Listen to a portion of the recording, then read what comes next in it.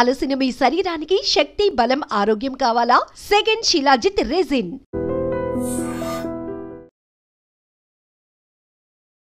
ముంబైలో తీవ్ర విషాదకరమైన ఘటన. రన్నింగ్ ట్రైన్ నుంచి జారిపడి స్పాట్లోనే 6 చనిపోయినటువంటి దుర్ఘటన తీవ్ర బాధాకరమైన విషయం.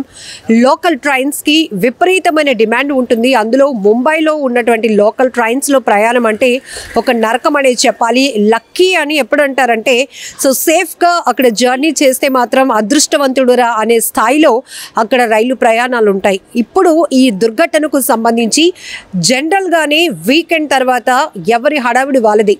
త్వరగా ఇళ్లకు వెళ్ళిపోవాలని, త్వరగా ఆఫీసులకు వెళ్ళిపోవాలని, కాలేజీలకు వెళ్ళిపోవాలని, గమ్యస్థానానికి త్వరగా చేరుకోవాలి అనేది ఇక్కడ ప్రయాణికుడి లక్ష్యం. మరొక వైపు ప్రజల రద్దీకి తగ్గట్టుగా రైలు సర్వీసులు కూడా లేకపోవడం, మరీ ముఖ్యంగా ఎక్కువగా లోకల్ ట్రైన్స్ని మధ్యతరగతి సామాన్య ప్రజలు ఎక్కువగా డిపెండ్ అవుతూ ఉంటారు. ఎందుకంటే అక్కడ ట్రాఫిక్ ఫ్రీ, ఇంకొకటి చౌకగా ప్రయాణం, సురక్షితమైన ప్రయాణానికి ఎక్కువగా రైల్వేనే అప్రోచ్ అవుతూ ఉంటారు. ఆ కోణంలో లోకల్ ట్రైన్స్కి విపరీతమైన గిరాకీ, విపరీతమైన డిమాండ్ ఉంటూ ఉంటుంది. సో వీకెండ్స్ వచ్చాయంటే కనుక రైల్వే స్టేషన్స్లో కిక్కిరిసిపోయి కనపడుతూ ఉంటాయి. కొన్ని చోట్ల నేను ముందెళ్ళిపోవాలి అనే ఒక ఆతృతతో తొక్కిసలాట, తోపులాటలు కూడా జరుగుతున్నటువంటి పరిస్థితి. ఈరోజు అంటే మండే జరిగినటువంటి ఈ ముంబై ట్రైన్ ఏదైతే రన్నింగ్ ట్రైన్ నుంచి ఆల్రెడీ డోర్స్ క్లోజ్ అయిపోయినా కూడా ఏదో ఒక రకంగా హ్యాంగర్ ఏదొకటి పట్టుకొని ప్రయాణం చేయాలి, ఇంటికి వెళ్ళిపోవాలి, లేకపోతే ఆఫీసులకు వెళ్ళిపోవాలి అనేటటువంటి ఒక ఆతృత వల్ల అక్కడ డోర్స్ క్లోజ్ అయిపోయినా కూడా, ఆటోమేటిక్గా డోర్స్ క్లోజ్ అయిపోయినా కూడా పక్కన ఉన్నటువంటి ఒక గ్రిప్ ఏదైతే ఉంటుందో దాన్ని పట్టుకొని హ్యాంగ్ అవుతూ ప్రయాణం చేయాలనేటటువంటి థాట్లో కొంతమంది ప్రయాణికులు ఉంటారు. ఆ రకంగానే మీరు విజువల్స్లో చూస్తే కనుక డోర్స్ క్లోజ్ అయిపోయినప్పటికీ కూడా పక్కన ఇంకా ఈ ప్రయాణికులు వేలాడుతూ ప్రయాణం చేయాలనే ఆలోచన. అయితే ఒకటి, స్టేషన్ నుంచి ట్రైన్స్ మూవ్ అవుతున్నప్పుడే అలా ఎవరైతే వేలాడుతూ ప్రయాణం చేస్తారో వాళ్ళని కంట్రోల్ చేయాల్సినటువంటి బాధ్యత కూడా రైల్వే అధికారులపై ఉంది. కానీ ఇది సర్వసాధారణమే అని అక్కడ ఒక నిర్లక్ష్యం. అలానే మాకు ఇది అలవాటు అయిపోయింది, ఏదో రకంగా వేలాడుతూనైనా ఇంటికి వెళ్ళిపోతున్నాం, ఆఫీసులకు వెళ్ళిపోతున్నాం అనే ఆలోచన.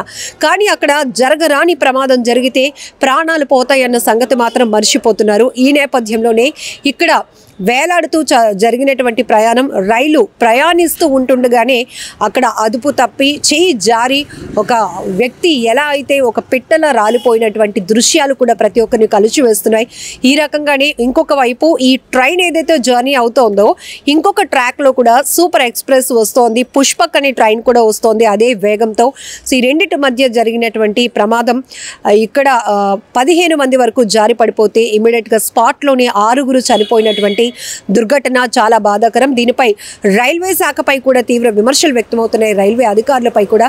ఎందుకంటే ప్రయాణికుల సర్వీస్ అందించడంలో రైల్వే ఎప్పుడు ముందుంటుంది అని చెప్పుకోవడమే కాదు, పబ్లిక్ ప్రయాణికుల సంఖ్యకు, ప్రయాణికుల రద్దీకి తగ్గట్టుగా ఈ సర్వీసుల సంఖ్య కూడా పెంచాల్సిన అవసరం ఉంది. ముంబై లోకల్ ట్రైన్స్ పరిస్థితి ప్రతిసారి అంచనా వేస్తున్న అధికారులు దానికి ఒక సొల్యూషన్ మాత్రం వెతకట్లేదు. ఇలాంటి ప్రమాదాలు జరిగి 5, 6 ప్రాణాలు కోల్పోతే ఏదో దిగ్భ్రాంతి వ్యక్తం చేయడం తప్ప దీనికి పరిష్కారం ఏంటి అనేది కూడా వ్యక్తమవుతోంది. ఎక్కువ శాతం ముంబైలో లోకల్ ట్రైన్స్కి విపరీతమైన డిమాండ్ ఉంటుంది. ఇక్కడ కూడా ఇది ఠానే జిల్లాలోని ముంబ్రా అలాగే దివా మధ్య జరిగినటువంటి ఈ దుర్ఘటన.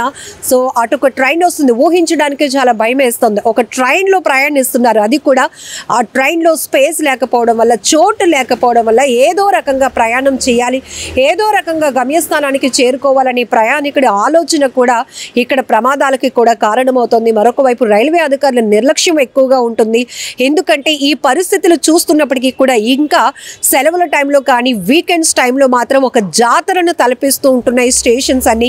అయినప్పటికీ కూడా సర్వీసులు, రైళ్ల సంఖ్య పెంచాలనేటువంటి ఆలోచన ఎందుకు అధికారులకు రావటం లేదు అనేది కూడా విపరీతమైన ప్రశ్నలతో సంధిస్తున్నారు ప్రజలు. ఇక్కడ ఈ ఘటనకు సంబంధించి కూడా మరి కాసేపట్లో ఇంటికి వెళ్ళిపోవాల్సినటువంటి వాళ్ళు ఒక్కసారిగా జారిపడి ప్రాణాలు పోగొట్టుకున్నటువంటి పరిస్థితి.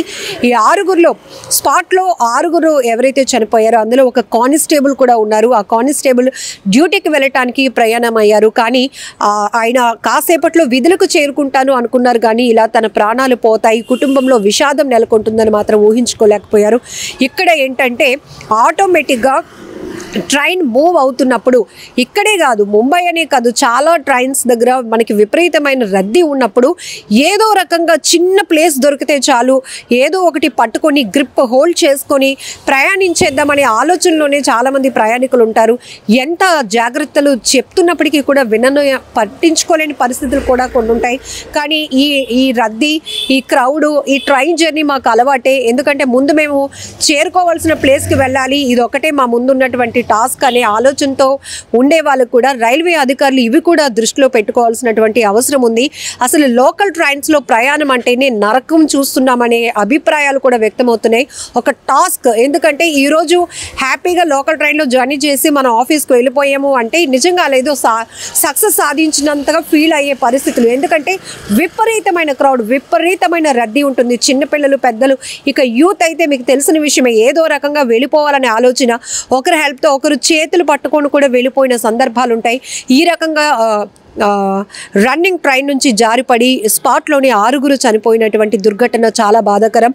ఇప్పటికైనా ఇలాంటి ప్రమాదాలు జరగకుండా వీటిని కంట్రోల్ చేయాల్సినటువంటి అవసరం చాలా ఉంది. మళ్ళీ ఇలాంటివి మాత్రం రిపీట్ కాకుండా ఉండాలని ప్రతి ఒక్కరు కోరుకుంటున్నారు. మరొకసారి ఈ రైలు ప్రమాదం విషయంలో మాత్రం ఇక్కడ 2 ట్రైన్లు అదే స్పీడ్తో వెళ్తూ ఉండటం, అక్కడ డోర్స్ క్లోజ్ అయిపోయి లోపల ట్రైన్లో ప్లేస్ లేక బయటన వేలాడుతూ ప్రయాణిస్తున్నటువంటి వాళ్ళ గుండెలు ఎంత అదిరిపోతాయి చెప్పండి. ఇక్కడ వాళ్ళు కూడా జాగ్రత్త తీసుకుని ఉంటే బాగుంటుంది. ప్రాణాలకు మించి ఏది ఉండదు కదా.